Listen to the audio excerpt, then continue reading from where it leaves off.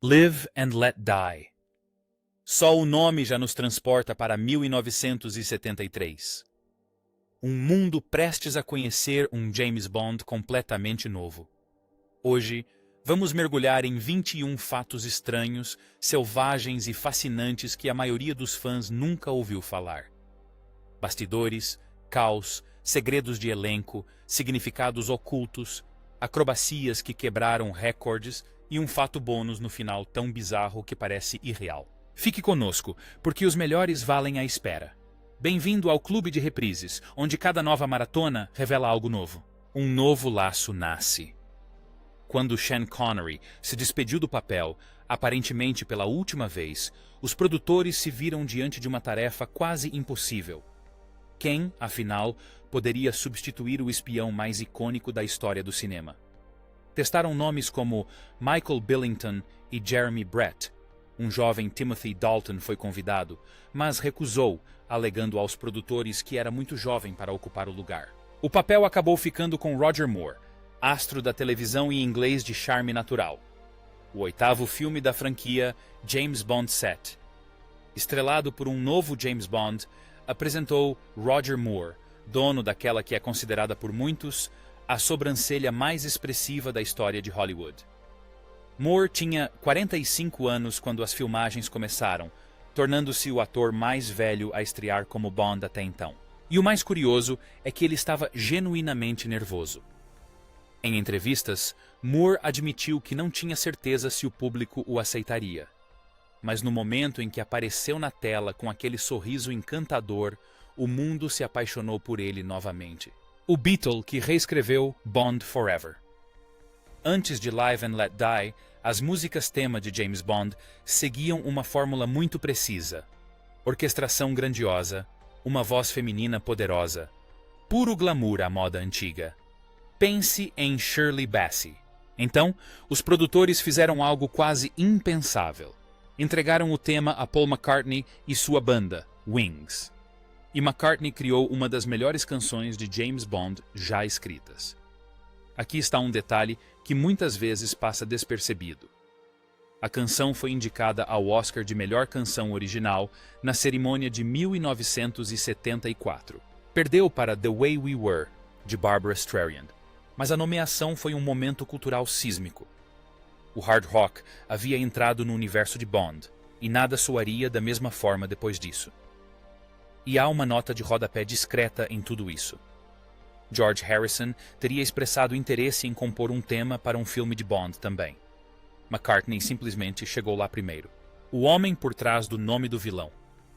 Aqui está algo que mudará para sempre, a forma como você vê o vilão do filme. O nome Kananga não foi inventado por um roteirista. Foi emprestado de uma pessoa real. Ross Kananga era dono de uma fazenda de jacarés na Jamaica, que a produção usou como locação principal para as filmagens. Sua contribuição para o filme não se limitou a ceder suas terras. Ela se estendeu a uma das cenas de ação mais genuinamente perigosas da história de James Bond. Quando o roteiro exigiu que um personagem corresse sobre as costas de jacarés vivos, todos os dublês profissionais da equipe teriam recusado. Então, Ross Kananga se ofereceu para fazer a cena ele mesmo. E essa coisa estava vindo direto para o Roger. Bem, armas. Tiros foram disparados. O próprio Ross Kangar se jogou na frente. O que aconteceu durante essas 5 tentativas é o tipo de história que você precisa ouvir por completo. E estamos guardando todos os detalhes para o fato bônus no final. Confia em nós. Vale a pena esperar. Jane Seymour, aos 22 anos. Quando começaram as audições para Solitaire, a leitora de tarô etérea com o misterioso dom da clarividência, os produtores precisavam de alguém que pudesse projetar uma aura genuinamente transcendental. Encontraram exatamente isso em uma atriz de 22 anos chamada Jane Seymour. Ela tinha poucos trabalhos no currículo. Mas Set, Viva e Deixe Morrer mudou tudo. Seymour dedicou-se intensamente à preparação, estudando o simbolismo das cartas de tarô para trazer autenticidade à sua atuação. O que impressiona ao assistir ao filme hoje é a naturalidade com que ela e Roger Moore se envolvem em química, calorosa, divertida e completamente convincente, apesar da diferença de idade entre eles. O papel a catapultou para o estrelato internacional quase da noite para o dia. É o tipo de trajetória de carreira que raramente acontece. Mas quando acontece, quase sempre é possível atribuí-la a uma atuação perfeita e marcante. Para Seymour, esse foi o momento. De Bond Girl a décadas de trabalhos icônicos na televisão, tudo começou aqui. A exploração negra de Bongo. Em 1973, o movimento de exploração negra estava remodelando o cinema americano. Shaft, Superfly e Coffy dominavam o debate cultural, celebrando protagonistas negros, trilhas sonoras vibrantes e histórias urbanas cruas. Os produtores de Live and Let Die estavam prestando muita atenção a isso. A decisão de ambientar grande parte do filme no Harlem e em Nova Orleans e de povoar a história com um elenco de apoio predominantemente negro foi uma resposta direta e deliberada a essa onda cultural. Até mesmo a trilha sonora composta por George Martin, sim, o produtor dos Beatles, carregava influências de soul e funk inconfundivelmente daquela época. Alguns críticos consideraram-no explorador, outros chamaram-no de marketing brilhante. O que é inegável é que fez com que Live and Let Die fosse diferente de qualquer outro filme de Bond anterior. Mais realista, mais pé no chão, mais atento às tensões culturais da América do início dos anos 70. Bond sempre se adaptou. Desta vez, adaptou-se radicalmente. O baralho de tarô que sobreviveu ao filme. Para que as sequências de tarô do filme parecessem genuinamente sobrenaturais na tela, um baralho genérico comprado em loja simplesmente não serviria. Então, a produção encomendou um baralho de tarô completamente original, desenhado exclusivamente para o filme. O artista Fergus Hall criou as ilustrações, sombrias, estilizadas e assombrosamente belas. Cada carta carregava um peso cinematográfico que combinava perfeitamente com a atmosfera do filme. É aqui que a coisa fica fascinante. As cartas se tornaram tão populares entre o público e os entusiastas do tarô que o baralho foi lançado comercialmente após a estreia do filme. Tornou-se um verdadeiro artefato cultural. Décadas depois, o baralho de tarô James Bond 7 ainda é impresso e continua sendo vendido até hoje. Tanto os fãs de James Bond quanto os praticantes de tarô o valorizam muito. É, sem dúvida, um dos itens de merchandising cinematográfico mais incomuns e duradouros da história do cinema. Um objeto que transcendeu o filme que o criou e ganhou vida própria. O vilão que quase discordou. Yaphet Kotto foi um dos atores dramáticos mais respeitados de sua geração. Intenso, imponente e profundamente sério em relação à sua arte. Por isso, quando foi escalado para o papel de Kananga, o poderoso traficante de drogas no centro do filme, ele teve sérias reservas. Kotto temia que o papel pudesse reforçar estereótipos negativos, especialmente considerando a estética de exploração negra e a dinâmica racial presente na história. Segundo relatos, ele teve conversas francas com o diretor Guy Hamilton sobre como seu personagem seria abordado. No fim, ele se dedicou completamente e entregou uma atuação de genuína ameaça e inteligência que elevou o filme como um todo. Mais tarde, ele falou abertamente sobre a experiência, discutindo a tensão entre integridade artística e entretenimento comercial. Muitos fãs de Bond consideram Kananga um dos vilões mais subestimados de toda a história da franquia. O instinto de Kotto estava certo em insistir nesse ponto, e o filme é mais rico por causa disso. 26 barcos. Uma perseguição lendária. A perseguição de barco pelos pântanos da Louisiana é uma das sequências de ação mais espetaculares de toda a franquia Bond. E os números por trás disso são realmente impressionantes. Ao longo das filmagens, a produção destruiu 26 barcos. 26. A sequência levou semanas para ser filmada e envolveu um pequeno exército de dublês, equipes de filmagem e especialistas locais em vias navegáveis da Louisiana, navegando pelos canais estreitos e sinuosos do pântano. Na época, foi considerada a perseguição de barco mais longa e cara já filmada. O diretor Guy Hamilton a descreveu posteriormente como uma das filmagens mais caóticas em termos de logística de sua carreira. Mas o resultado foi uma sequência dinâmica e incrivelmente emocionante. algo que o público de 1973 nunca tinha visto. Ela continua impressionante até hoje. E já que estamos falando sobre isso, deixe um comentário abaixo e diga qual filme de James Bond você gostaria que analisássemos em seguida. Lemos todos os comentários. O Homem, o Mito, o Barão. Geoffrey Holder já era uma figura notável, um dançarino, coreógrafo, pintor e ator nascido em Trinidad, de extraordinária versatilidade. Mas quando entrou em cena como o Barão Siamdi, algo quase sobrenatural aconteceu. O Barão Said é uma figura da tradição voodoo haitiana. O espírito dos mortos, guardião dos cemitérios, conhecido por sua risada descontrolada e travessuras. Holder incorporou o papel com uma autenticidade impressionante, e muito do que tornou a atuação tão inesquecível foi pura improvisação. Aquela risada icônica e estridente que você se lembra. Em grande parte sem roteiro, os produtores deram a Holder considerável liberdade criativa e ele a aproveitou ao máximo. Ele também atuou como coreógrafo do filme, encenando pessoalmente as sequências da cerimônia voodoo. Se você assistiu aos comerciais da 7-Up na década de 1980, já conhece essa risada. Holder era o Homem da Cola, uma das vozes mais reconhecíveis da publicidade americana, e tudo começou com um vilão de James Bond, o xerife atrapalhado favorito da América.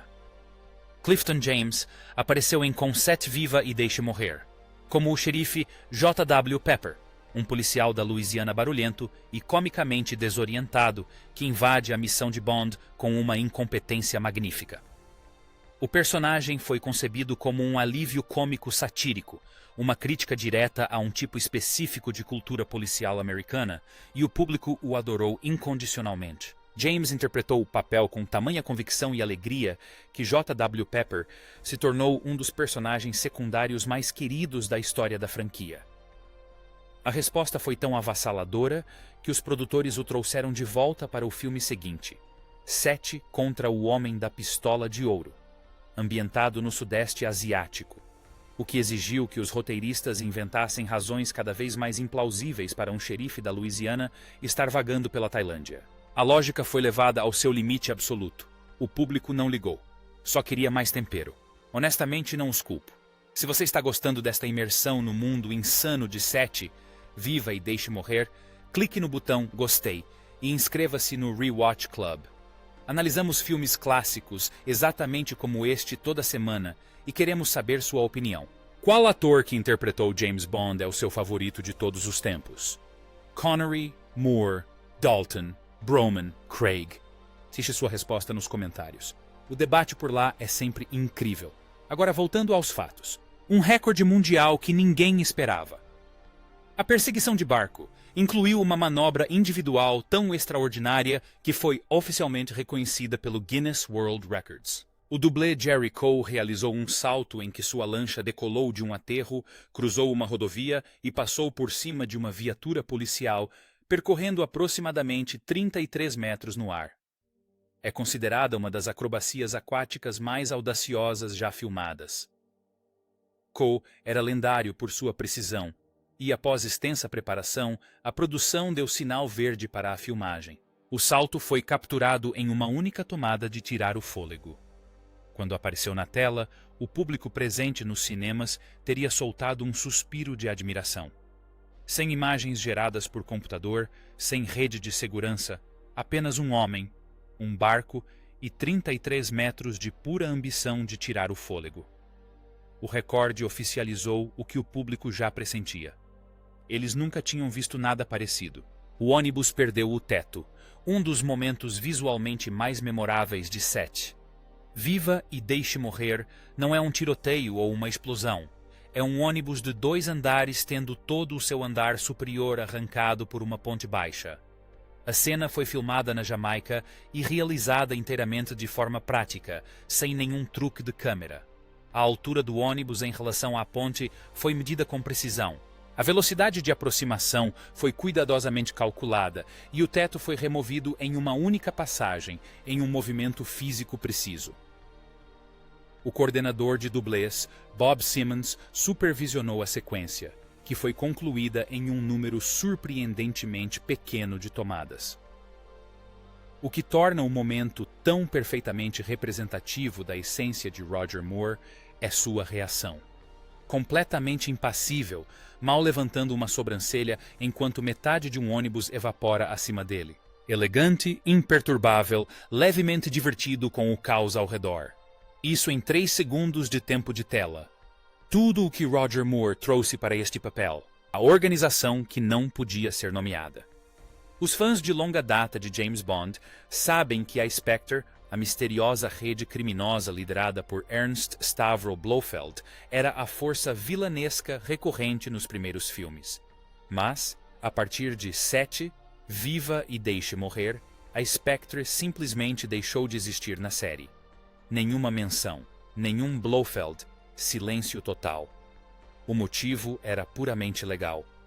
O produtor Kevin McClory havia conquistado direitos parciais sobre a organização Spectre por meio de uma longa e amarga disputa relacionada ao filme 7 contra a chantagem atômica. Isso significava que a Eon Productions não podia mais usar Spectre ou Blofeld sem correr o risco de sérios processos judiciais. Assim, os roteiristas foram forçados a inventar vilões e organizações completamente novos para cada filme subsequente. A batalha legal se arrastou por décadas.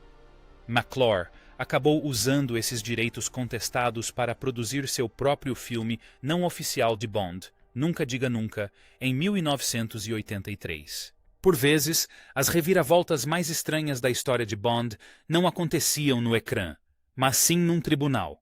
A trama de drogas que refletia a vida real.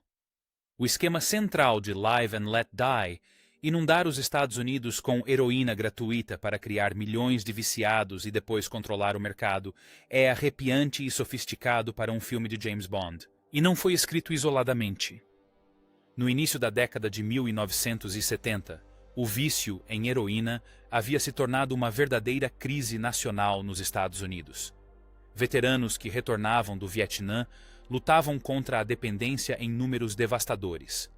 Cidades como Nova York e Nova Orleans conviviam diariamente com o custo humano do tráfico de drogas. Os cineastas incorporaram essas angústias diretamente à história. Ambientar o filme no Harlem e no sul dos Estados Unidos deu à trama uma base perturbadora na realidade que a diferenciou nitidamente dos planos mais fantasiosos dos vilões de James Bond anteriores. Não era apenas entretenimento. Era, à sua maneira, um reflexo dos cantos mais sombrios daquele momento cultural específico. O Bond que odiava armas. James Bond é definido por sua Walther PPK. A arma é praticamente uma personagem por si só. Portanto, pode ser uma surpresa saber que Roger Moore tinha um profundo desconforto pessoal com armas de fogo, que ia muito além dos sets de filmagem. Moore era um pacifista convicto. Um homem que odiava a violência e as armas em sua vida real, com uma convicção silenciosa, porém genuína. Segundo relatos, ele se sentia profundamente desconfortável com as cenas em que precisava manusear armas com frieza e ameaça, pois isso entrava em conflito com tudo em que acreditava pessoalmente. Ele também tinha, de acordo com vários relatos, pavor de cobras, o que tornou certas cenas de Com Sete Viva e Deixe Morrer consideravelmente mais interessantes por trás das câmeras do que na frente delas. A solução de Moore foi elegante. Ele interpretou Bond com sagacidade, charme e uma sobrancelha perfeitamente arqueada, priorizando a inteligência em vez da brutalidade. Não era o Bond de Connery. Era algo completamente original, e o mundo o adorou por isso. Nova Orleans, antes da chegada de Hollywood. Hoje, Nova Orleans é uma das cidades mais receptivas à produção cinematográfica nos Estados Unidos, repleta de infraestrutura de produção, generosos incentivos fiscais e décadas de história no cinema. Mas, no início da década de 1970, as grandes produções de Hollywood raramente se aventuravam por lá. Com Sete Viva e Deixe Morrer foi um dos primeiros filmes de grande escala de estúdio a filmar extensivamente na cidade, capturando seus clubes de jazz, as ruas encharcadas por Marty Grodin e os sinuosos canais dos pântanos para o público global. A produção trouxe energia econômica real para Nova Orleans e apresentou a milhões de espectadores em todo o mundo a atmosfera única da cidade de uma forma que poucos filmes haviam conseguido. Os moradores locais compareceram em grande número para assistir às filmagens. Às vezes, isso atrapalhava os cronogramas, mas também criava uma autenticidade que a equipe abraçou em vez de combater. Historiadores do cinema frequentemente atribuem a Com Sete Viva e Deixe Morrer o papel de um dos catalisadores silenciosos para que Nova Orleans se tornasse o importante polo de produção que é hoje. Bond não apenas fez um filme lá, ele ajudou a construir uma indústria. A morte mais gloriosamente absurda da história de Bond. Todo vilão de Bond merece uma saída memorável. Goldfinger morreu pela janela de um avião. Tubarão sobreviveu a praticamente tudo, mas a morte de Canena em Viva e Deixe Morrer está em uma categoria completamente própria. Bond força uma pastilha de ar comprimido, supostamente projetada como repelente de tubarões, na boca de Canena. O que se segue é uma das cenas de morte mais gloriosamente insanas já filmadas. Kanaga infla como um balão, flutua em direção ao teto de seu covil subaquático e então explode. O próprio Roger Moore brincou bastante sobre isso em entrevistas posteriores, descrevendo a cena como maravilhosamente exagerada e proposital. A equipe de efeitos especiais teria tido dificuldades para fazer a sequência de inflação parecer convincente em vez de simplesmente cômica, embora muitos argumentem que esse era justamente o objetivo. É o Bond da era Roger Moore em sua essência pura, audacioso, absurdo e absolutamente inesquecível. E por falar em inesquecível, vem aí nossa curiosidade bônus, que supera até mesmo esta. O final ninguém conseguiu explicar. O Barão Sat, interpretado por Geoffrey Holder, aparentemente encontra seu fim durante o clímax do filme. Bond o enterra de cabeça em um caixão cheio de cobras venenosas. Um desfecho teatral apropriado para um personagem tão grandioso, exceto que a cena final do filme conta uma história completamente diferente. Enquanto o trem que transporta Bond e Solitaire atravessa a escuridão, o Barão Seed aparece na frente da locomotiva, vivo, ileso e dando aquela risada extraordinária diretamente para a câmera.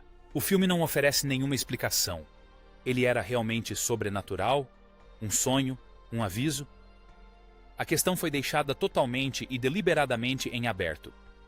Isso gerou um debate genuíno entre o público em 1973, e ainda gera. Geoffrey Holder disse mais tarde que adorou o fato de o personagem nunca ter sido explicado, que algumas coisas são mais poderosas quando permanecem um mistério. É uma das imagens finais mais silenciosamente assombrosas da série Bond, e nunca deixou de ser discutida. Canção que quase ganhou um Oscar. A música título de Paul McCartney recebeu sua indicação ao Oscar, mas o peso total daquele momento merece ser analisado.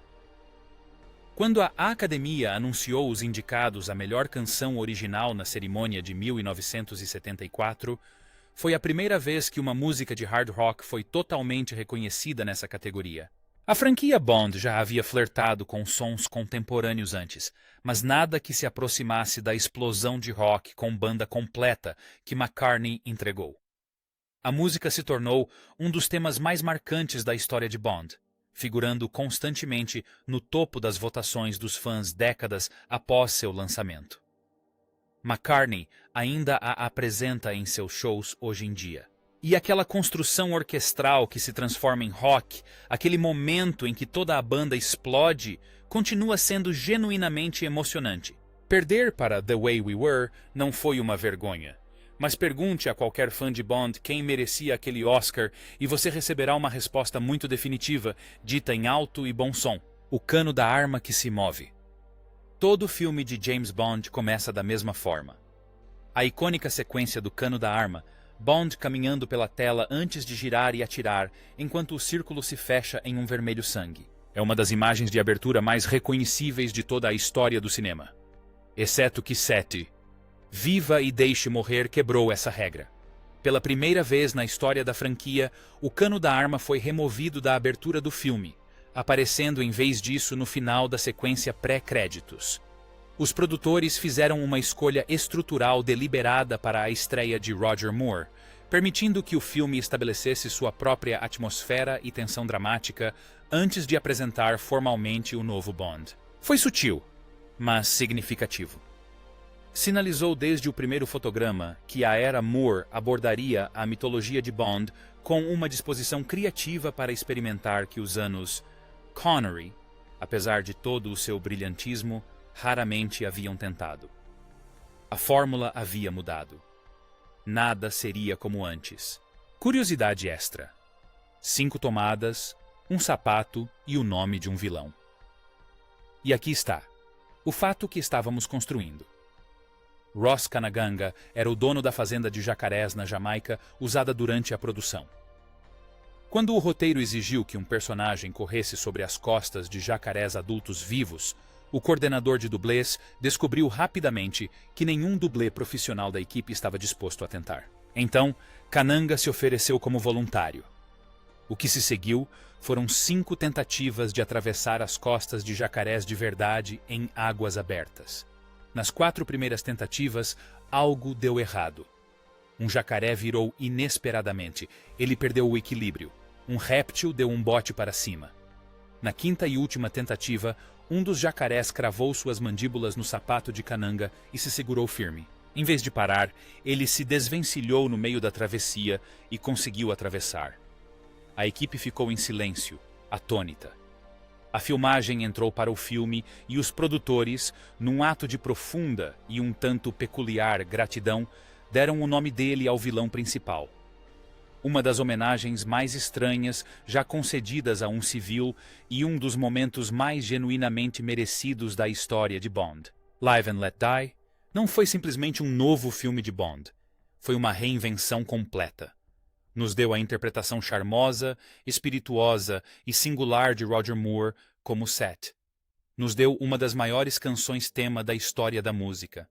Nos deu acrobacias que quebraram recordes, cerimônias de voodoo, um vilão explosivo e um antagonista sobrenatural que talvez nunca tenha morrido de verdade. Deu Nova Orleans ao mundo. E em algum lugar nos pântanos da Louisiana mudou silenciosamente o que um filme de ação poderia ser. Então, aqui está o que queremos saber.